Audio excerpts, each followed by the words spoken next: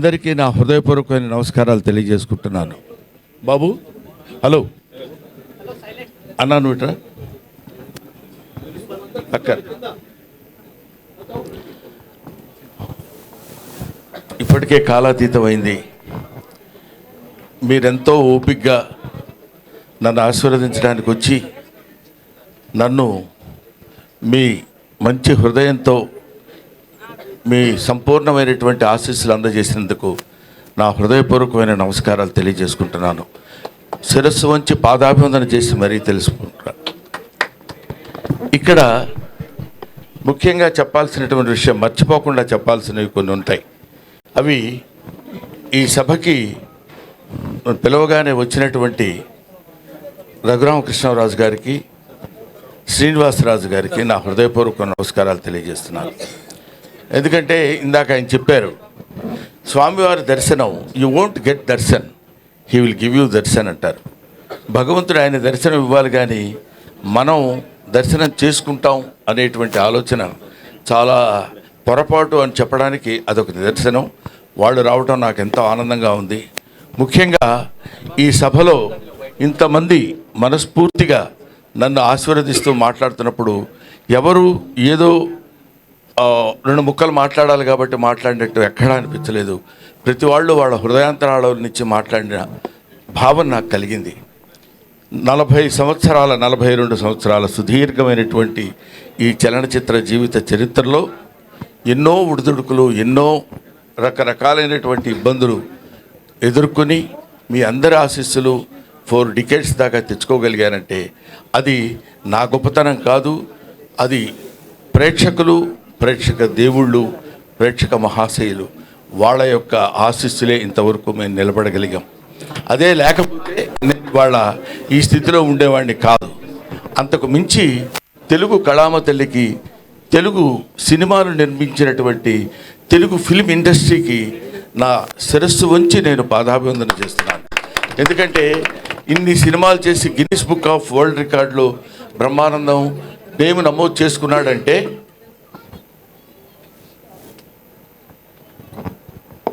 ఇన్ని సినిమాల్లో చేసి పేరు నమోదు చేసుకున్నాడంటే ఇన్ని సినిమాలు చేయటం గొప్ప కాదు. ఇన్ని సినిమాలు నిర్మించినటువంటి నిర్మాతలు, దర్శకులు ఉన్నటువంటి తెలుగు కళామతలి యొక్క గొప్పతనం. వాళ్ళు నిర్మించిన అన్ని సినిమాలు ఉండబట్టే మేము ఇన్ని సినిమాలు చేయగలిగాం. కాబట్టి ఇటువంటి అవకాశాన్ని నాకు కల్పించినటువంటి మహనీయులకు అందరికీ చిన్న పెద్ద తేడా లేకుండా, ప్రభువెక్కిన పల్లకి కాదు అది మోసిన బోయీలు ఎవ్వరని, లైట్ మ్యాన్ దగ్గర నుంచి అందరూ ప్రతి వాళ్ళు సహకరించి మేము ఈ స్థితిలో ఉండటానికి, ఈ స్థితిలో ఉండేటువంటి పరిస్థితికి తెచ్చినందుకు వారికి సహస్రద పాదాభివందన చేసుకుంటున్నాను. ముఖ్యంగా నేను ఈ ఫిలిం ఇండస్ట్రీకి రావడానికి మూలకారకులైనటువంటి వ్యక్తులు మా గురువు గారు కీర్తిశేషులు జంధ్యాల గారు, తర్వాత చిరంజీవి గారు, ఆ తర్వాత రామానాయుడు గారు.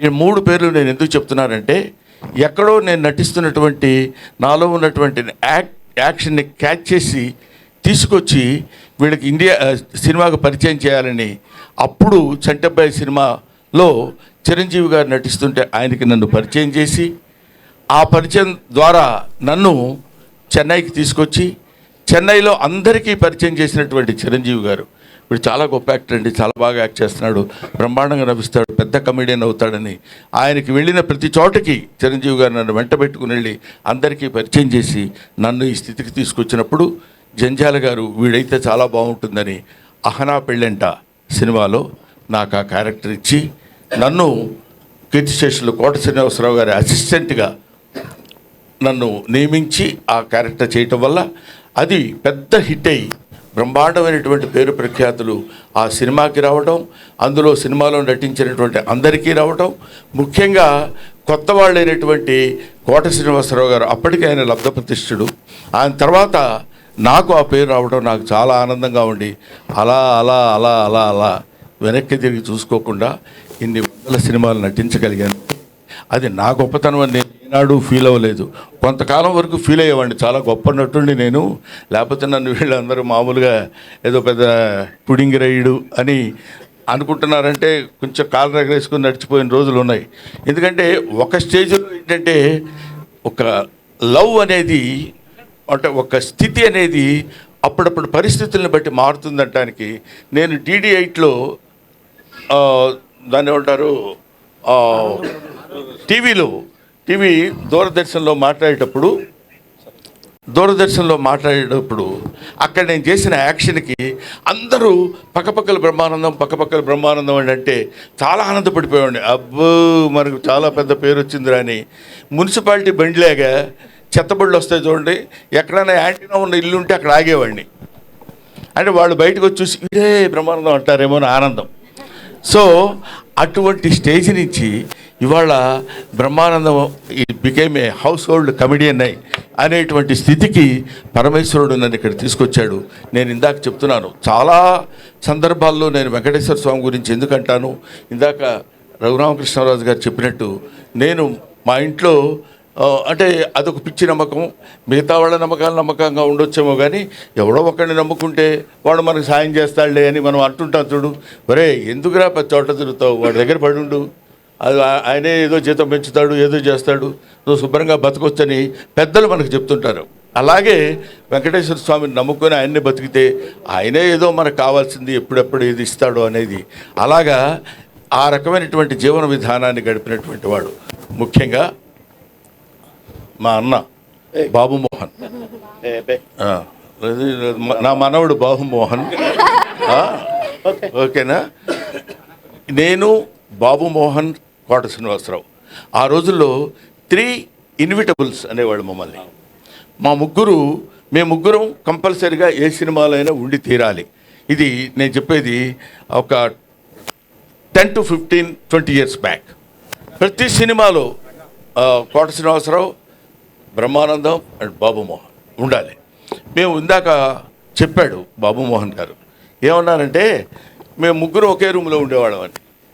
మీకు తెలియదు, నీకు టైం సెన్స్ తెలుసురా అసలు. నీకు మనవడు అనుకున్నావు, ఇష్టం వచ్చినట్టు తిడతాను. ఇప్పుడు నువ్వు నోరెత్తడానికి వీల్లేదు. ఎందుకంటే 6:30కి గౌతమ ఎక్స్ప్రెస్ ఎక్కి సికింద్రాబాద్లో, పర్లేదు పరువు ఉంటే కదా పోవటానికి, 6:30కి గౌతమ ఎక్స్ప్రెస్ ఎక్కాలి. వీళ్ళిల్లు సికింద్రాబాద్ పక్కనే. కరెక్ట్గా 6:31కి ఒక వ్యక్తి ఒక బ్యాగ్ వాడి చేతిలో పట్టుకొని పరిగెత్తుకుంటూ వచ్చేవాడు కంపార్ట్మెంట్ దగ్గర. ఎవరు ఏంటి ట్రైన్ కదులుతున్నప్పుడు పరిగెడుతున్నాడు ఏంటి అనుకునేవాడు. చూస్తే వీడు ఒక క్యారేజీ చేపల కూర, అందులో ఏదో పప్పు, ఇంకోటి ఏదో. అన్న నీకోసం చేపల కూర తెచ్చినానే. ఎవరికి తెచ్చాడు, అసలు ఎక్కకపోతే ఏంటి పరిస్థితి అని ఎక్కి శుభ్రంగా తిని పడుకునేవాడు. పడుకుని ఒక అర్ధరాత్రి పూట అని ఏంటా ఏమైందంటే, చలిగా ఉంది బావా, చలిగా ఉంది. ఏంటి చలిగా ఎందుకుందిరా అంటే, అప్పుడు ఒక ముద్ద తగ్గించుకొని తింగితే ఆ చలి ఉండదు, పాడు ఉండదు. ఏసీలో పడి మళ్ళీ కింద కూర్చోబెట్టి కింద పడుకోబెట్టి ఇలాగా వెళ్తుంటే టికెట్లు ఉండవు. ప్రొడక్షన్ మేనేజర్ టికెట్ గురుగారు మనకి నిర్వహణలో వచ్చేస్తాయి. అదే మామూలు టికెట్ అనుకునేవాళ్ళం మనం, ప్లాట్ఫామ్ టికెట్ అనమాట. అది తీసుకుని అక్కడికి వెళ్ళిన తర్వాత మొత్తం ప్రతి ఒక్కడు బెమ్మారా బామ్మోను ఏడా టికెట్ లేదా, కన్ఫర్మ్ లేదండి, పోనీ అక్కడ కూర్చోడాడు పక్కన, ఏది లెట్రిన్ పక్కన కూర్చో. అది ఇలాగా అంటే నవ్వించేవాడి జీవితాన్ని గురించి చప్పట్లు కొట్టేవాడికి అనవసరం అంటారు కదా. మీకు అనవసరం, మీకు మేము నవ్వించాలి. ఎన్ని తిప్పలు పడి నవ్విస్తామంటానికి comedy comes from the zenith point of tragedy. Zenith point బాగా భయంకరమైనటువంటి ట్రాజడీ నుంచి కామెడీ వస్తుందని చెప్తారు. అది ఎందుకంటే ఇదిగో ఇలాంటి కష్టాలని మాకు అనవసరమయ్యా, నువ్వు నవ్వించు, మాకు నవ్వాలి. నువ్వేం పడితే మాకెందుకు, నువ్వు రైల్లో టికెట్ లేకపోతే మాకెందుకు, ఉంటే మాకెందుకు. కామెడీ ఏం చేస్తున్నాడు? మామూలుగా మాకున్నటువంటి మొహాలు అంతంత మాత్రం. ఈ మొహాల్ని మళ్ళీ ఇందాక మన మిత్రి సత్య చెప్పినట్టు మా మొహాల్ని వికృతంగా మార్చుకుని ఇలా కొట్టబోయాడు అనుకోండి, ఇలా అనాలి, అలా అంటే కానీ నవ్వరు. అలా నవ్వటం కోసం 24 గంటలు ప్రయత్నం చేసి రిహార్సల్ చేసుకుని కష్టపడి తీసుకొచ్చి మిమ్మల్ని నవ్వించడానికే మా ఏడుపంతా. అటువంటి కామెడీ జీవితాల్ని పంచుకొని పుట్టినటువంటి మమ్మల్ని మీరు ఏదైనా చిన్న చితక పొరపాట్లు తప్పులు ఉప్పులు ఉన్న పండురా పాపం పొద్దున్న లేస్తే నవ్విస్తాడు వాడిని వదిలేద్దాం అనే పెద్ద మనస్తత్వాన్ని మానవాళి తెలుసుకోవాలని నా మనస్తత్వం. అది నా ఆశ్చర్యం. అది మనుషులు మానవులమైనందుకు ఎక్కడ ఒక్కొక్కటి జాబ్ ఏంటి, మిమ్మల్ని నవ్వించడం, to make you happy, right? ఆలోచన కలిగినటువంటి వ్యక్తులకి మీరు కమెడియన్ని చీప్గా చూడొద్దు. అభిమానించండి, ఆదరించండి, ఆరాధించండి, అల్లరి మాత్రం చేయొద్దు. This is my personal request. అవునమ్మా, 40 సంవత్సరాల సుదీర్ఘమైన చరిత్రలో ఎంతోమంది ఎన్నో రకాలైనటువంటి, ఇప్పుడు మా జనరేషన్ వాళ్ళు తెలుసుకోవాల్సినటువంటి విషయం ఏంటంటే, మా జనరేషన్ అంటే ఇప్పుడు మేమున్న వాళ్ళకి, if you allow others you will become first man, if you don't allow others you will become last man అంటాడు. మన తర్వాత వచ్చే వాళ్ళకి అలా దారి ఇవ్వాలి, వెళ్ళండి అని. లేదు నేనే ఉంటాను, తలకి రంగేసుకుంటాను, జుట్టు ఇలా తిప్పుతాను, చాలా ఎంగా కనపడతాను అంటే కుదరదు. మనం చెయ్యగలగాలి. వయస్సు ఒకటి ఉంటుంది. కాబట్టి అటువంటి పరిస్థితుల్లో మనం మన యొక్క స్థితిగతుల్ని, మన యొక్క ఏజ్ని, మన యొక్క విషయాన్ని అంతా మనం జాగ్రత్తగా మనల్ని మనం పరిశీలించుకుని ఆత్మవిమర్శ చేసుకోగలిగినప్పుడు 10 కాలాల పాటు హాయిగా ప్రశాంతంగా నువ్వు ఉంటావు, 10 మందిని ఉంచగలుగుతావు. అందువల్ల ఇవి మనం తెలుసుకోవాల్సినటువంటి, జీవితంలో తెలుసుకోవాల్సినటువంటి నగ్న సత్యాలు, నిజాలు. అందుకనే మనకి ఇది నేరము తప్తలోహమున నిలిచి అనామకమై నశించు, ఆ నేరమే ముత్యమట్లు భాషించు, నడినీదళ సంక్షితమై అంటాడు. నీటి చుక్క తప్తలోహమున నిలిచి బాగా కాలుతున్నటువంటి నీళ్ళ పెనం మీద వేస్తే చుయ్యమని అది దానికి నామరూపాలు లేకుండా వెళ్ళిపోతుంది. అదే నీటి చుక్క తామర ఆకు మీద పడినప్పుడు ముత్యంలా అనిపిస్తుంది. అబ్బా ఇది ముత్యమా అనే భావన మనకు కలుగుతుంది. అలాగే దేవుడి గుళ్ళోకి వెళ్ళి రూపాయి బిళ్ళ దేవుడు గుళ్ళో వేస్తే అది అవుతుంది. ఆ రూపాయి బిళ్ళ బయటికి తీసుకొచ్చి ఎవరికన్నా ఇస్తే ముష్టవు. కాబట్టి దానికి ఉన్నటువంటి విలువ దానికి ఉంటుంది. దాన్ని ఉపయోగించేటువంటి విధానం మాత్రం మనకి కనిపిస్తూ ఉంటుంది. కాబట్టి మహనీయులందరికీ ఇంతమంది ఇంత ఓపికగా కూర్చుని, ఆ తర్వాత ముఖ్యంగా వీళ్ళ పేరు చెప్పబోతే బాగుండదు, అందరూ మెడల పైకి చూస్తున్నారు, సీను ఇటు పేరం గ్రూప్ వాళ్ళు. కాబట్టి మేము ఇంత కష్టపడి మేము సన్మానం చేస్తే ముఖ్యంగా ఇక నుంచి ప్రతి బర్త్డే మేమే చేస్తాం. అన్నయ్య గారు, మీ 100వ బర్త్డే కూడా ప్రపంచవంతంగా చూసే విధంగా మేము చేస్తామని ఈ సభ మీదుగా చెప్తున్నాం. ఇప్పుడు ఏదైనా చిన్న పొరపాట్లు జరిగి ఉంటే క్షమించండి. నెక్స్ట్ బర్త్డేకి శిల్పకళా వేదికలో అతి పెద్దగా చేస్తాం అన్నయ్య. ఇంతకంటే పొరపాటు ఏమైనా ఉంటుందా?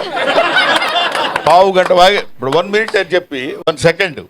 కాబట్టి పర్లేదు నాన్న, ఇలాంటివి టు ఎర్ర్ ఈజ్ హ్యూమన్. తప్పు చేయటం మానవ లక్షణం, మానవ సహజం. అది తప్పు చేసేవాడి గురించి 2 2 4 2 4 8 2 5 10 2 6 16 12 2 7 14 2 8 16 అని అన్నాం అనుకోండి, పొరపాటున ఇప్పుడు చూసారా మధ్యలో 2 6 16 అనేసరికి ఏయ్ అన్నాడు అంటే నిజం. అన్నీ మంచి చెప్పేంత వరకు ఎవడు పట్టించుకోడు. ఎక్కడో ఒక చోట నోరు జారుతాం, తప్పు జారుతాం, దాన్ని వెంటనే క్యాచ్ చేస్తారు. అది హ్యూమన్ సైకాలజీ. నువ్వు కాదు, నీకేం తెలుసు నీ మొహం. కాబట్టి ఇటువంటి స్థితిలో పొరపాట్లు ఏవేవో జరగటాలు, ఏవేవో చేయటాలని కాకుండా, ఇదిగో ఈ సీని ఇన్ఫ్రా మీరందరూ మాట్లాడకండి. చూసారా, 10 మందికి చెప్పేవాడిని ఒకటి చూపించుకోవాల్సిన పరిస్థితి ఏర్పడింది. సీని ఇన్ఫ్రా వాళ్ళకి పేరం గ్రూప్. అవునమ్మా, ఏమమ్మా చెప్పకపోతే ఏం చేస్తారు ఇప్పుడు? గిరీష్మా గారికి. ఆ తర్వాత నాకు పాపం ఇతను 4 రోజుల క్రితం వచ్చాడు ఇంటికి. వచ్చి నన్ను మీకు సన్మానం చేస్తున్నామండి అన్నారు. నేను సన్మానాలు ఇవన్నీ ఒప్పుకొని చాలా కాలం అయింది. ఎందుకు ఏమి అంటే ఒక స్టేజ్లో మనకు సన్మానం చేస్తున్నాను కానీ శుభ్రంగా స్నానం చేసి మొహం పౌడర్ గౌడర్ రైస్ వేసుకుని సన్మానం అనుకుంటూ వెళ్ళేవాడిని. ఏం చేసామని మనకి సన్మానం? ఇంకా ఎంత చెయ్యాలి? ఎంతో ఎంతో చేయాల్సింది ఉంది కదా, వద్దులే సన్మానాలు అవి అనుకుంటే కాదు సార్, మేము మీకు ఎప్పటి నుంచో సన్మానం చేయాలని అనుకుంటున్నాను. మీ దగ్గరికి రావడానికి యాక్సెస్ దొరకలేదు, అది దొరికింది. అటువంటి పరిస్థితుల్లో మీకు మేము సన్మానం చేయాలి, మనస్ఫూర్తిగా చేస్తామండి, మీరు దయచేసి యాక్సెప్ట్ చేయండి అని. మన శ్రీను, నువ్వు ఉండవా బాబు, ఇది వచ్చి నన్ను అడిగితే నేను కాదనలేక, ముఖ్యంగా కాదనలేకపోవటం నేనేదో పెద్ద గొప్ప తోపు బుడింగి అని కాదు.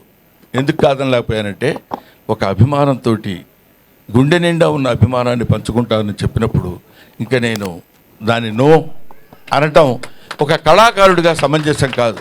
ఏ అభిమానంతో నన్ను ఇంత బాండ్ చేశారో, ఇంత పెంచారో వాళ్ళని తప్పకుండా నేను కావాలని. ముఖ్యంగా 70th బర్త్డే అన్నారు, మరి వాళ్ళకి ఎవరు చెప్పారు ఏంటో, వేసి పడేశారు 70 అని. మనకేముందిలే నేను కూడా ఓకే అనేసాను.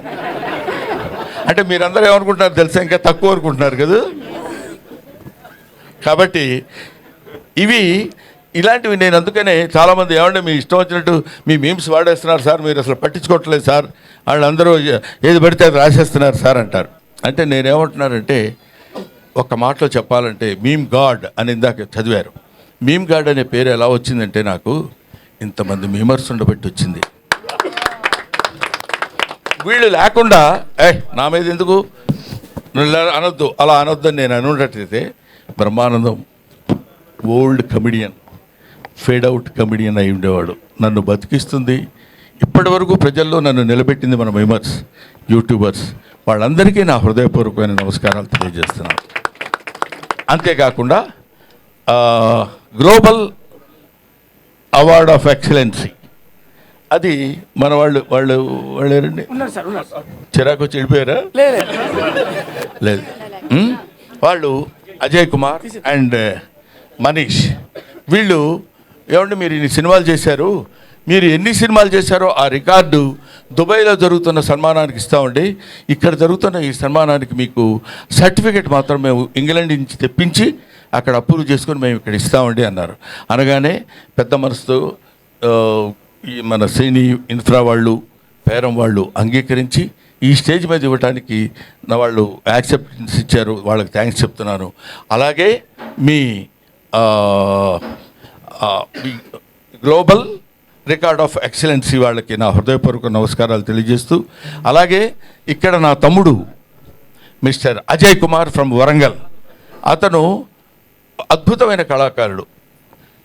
నువ్వు ఎవరు పడితే అద్భుతమైన కళాకారుడు అంటావు ఏంటని అనుకోవచ్చు మీరు, నేను ఎవరిని అన్ను, ఎందుకంటే అద్భుతం ఉంటే తప్ప.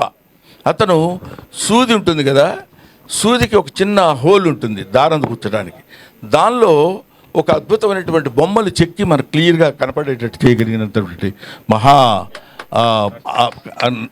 కళాకారుడు ఆయన. అదిగో ఎదురుగా ఉన్నాడు అజయ్, మీరు ఒకసారి స్టేజ్ మీదకి రండి. తర్వాత అలాగే కాకుండా కనురెప్పలో ఒక వెంట్రుక ఉంటుంది, ఆ వెంట్రుక చివర నటరాజు నృత్యం చేస్తున్నట్టు చెక్కినటువంటివి. ఇట్లాంటి ఆణిముత్యాలు చాలా ఉన్నాయి, ఇలాంటి జాతిరత్నాలు చాలా ఉన్నాయి. కాకపోతే మట్టిలో మాణిక్యాల్లా ఉండిపోతున్నారు. తీసుకురావాల్సినటువంటి స్థితి ప్రభుత్వాలకి గర్వకారణమైనటువంటి విషయం ఇట్లాంటివి. ఇతను ద్వారా వాళ్ళు ఇతనికి ఎక్సలెన్స్ అవార్డు ఇచ్చారన్న నాకు. అంటే మీరు తప్పకుండా మీకు ఇవ్వాలని మీరు వాళ్ళు ఎప్పటి నుంచో మిమ్మల్ని అడుగుతున్నారంటే, నా దగ్గర ఏంటంటే ఒక జబ్బు, అదేంటంటే గబుక్కుని ఎవరన్నా వచ్చి ఏం ప్రమాదంగా దగ్గరికి వెళితే ఏమంటాడు, ఎందుకు వచ్చిన గొడవరా అనే అదొక, ఇదిగో మన ఇందాక బిత్తిరి సత్తి చెప్పాడు చూడు, ఏమంటారు ఎందుకు వచ్చింది నా దగ్గరికి వెళ్ళగలవా అని, అదొక చిన్న లైన్ ఒకటి వేశారు. బాగానే ఉంది, ఒక రకంగా బెటరే అది, ఎందుకంటే గబుక్కుని ఎవడు పెడతాడు, గబుక్కుని రారు. సరే, అలాగా నా దగ్గరికి వచ్చి మీకు ఈ అవార్డు ఇవ్వాలని మేము కోరుకుంటున్నామండి అంటే, వాడికి ఇలాగా ఎంతమందికి అని ఎందరో మహానుభావులు అందరికీ నా హృదయపూర్వకమైనటువంటి కృతజ్ఞతలు నేను తెలియజేసుకుంటున్నాను. అయిపోయింది అనుకున్నారు కదా, అవలా ఇంకా ఆపేస్తాడ్రా బాబు అనే ఫీలింగ్లో ఉన్నట్టున్నారు మీరు.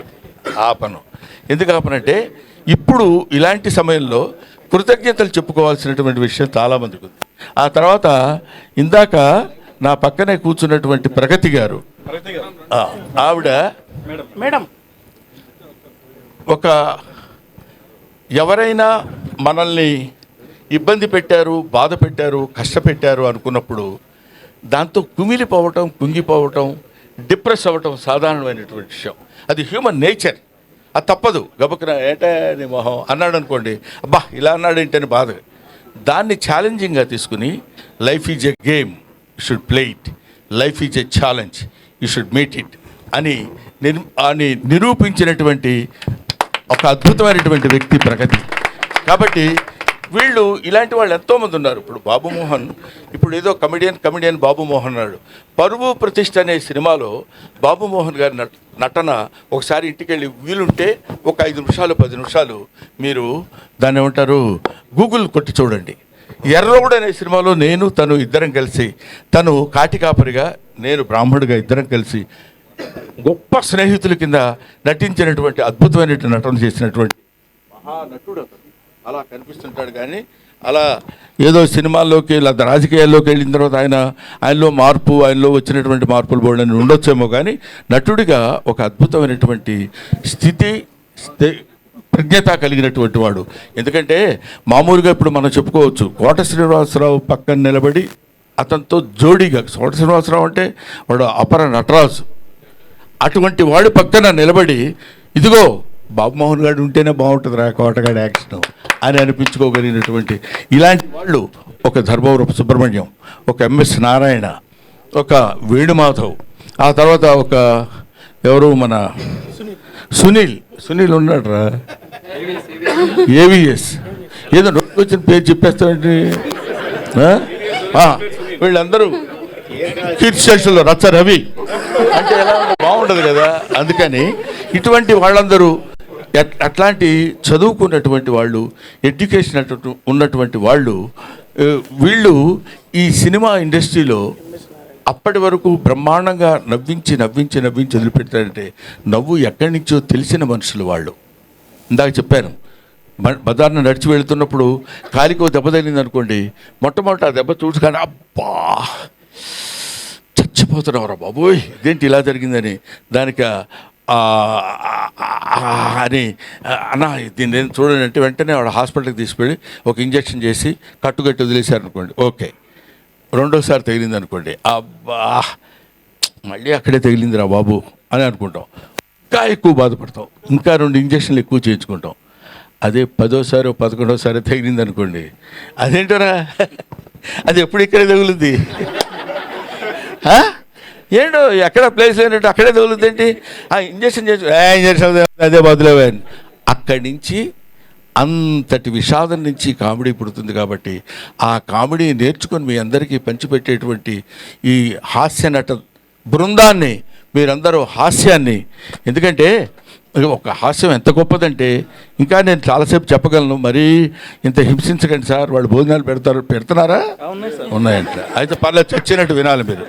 ఎందుకంటే హాస్యం ఎంత గొప్పదంటే, ఇప్పుడు మనం సినిమా చూస్తున్నాం అనుకోండి, సినిమా చూస్తున్నప్పుడు అబ్బా హీరో ఏం యాక్ట్ చేశాడు రా, బ్రహ్మాండంగా చేశాడు, సినిమాలో అద్భుతంగా నటించాడు అంటాం, హీరోయిన్ సూపర్ రా అదిరిపోతుంది అనుకుంటాం, సీనరీస్ చాలా బాగున్నాయి అంటాం, విలన్ అదిరిపోయేటట్టు చేస్తున్నానంటాం అని ఇంటికి వెళ్ళి కూడా మాట్లాడుకుంటాం.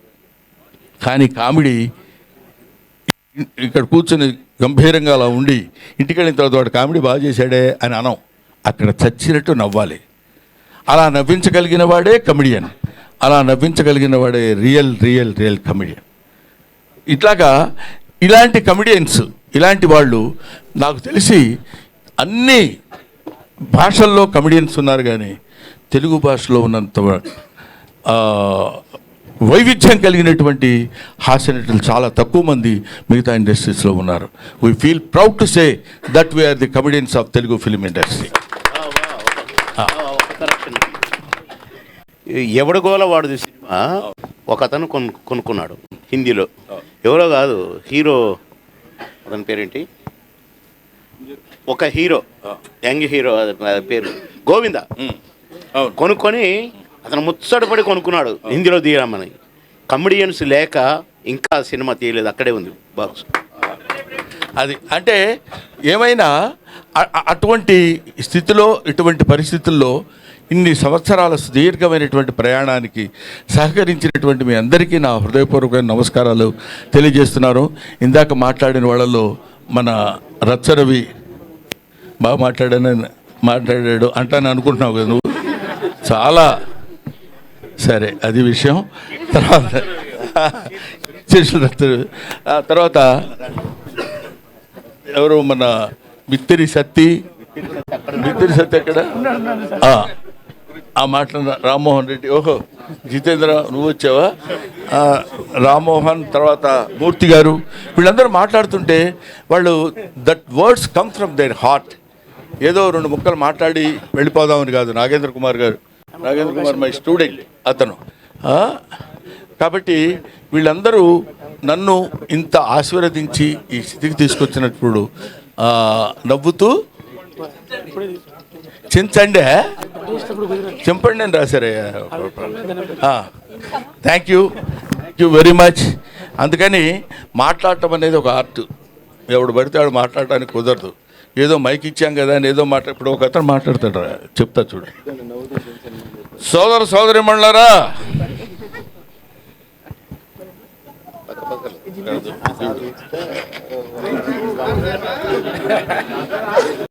భయం జనాన్ని చూశాడు, కంగారు వచ్చేసింది. ఈరోజు మళ్ళీ అరిచాడు.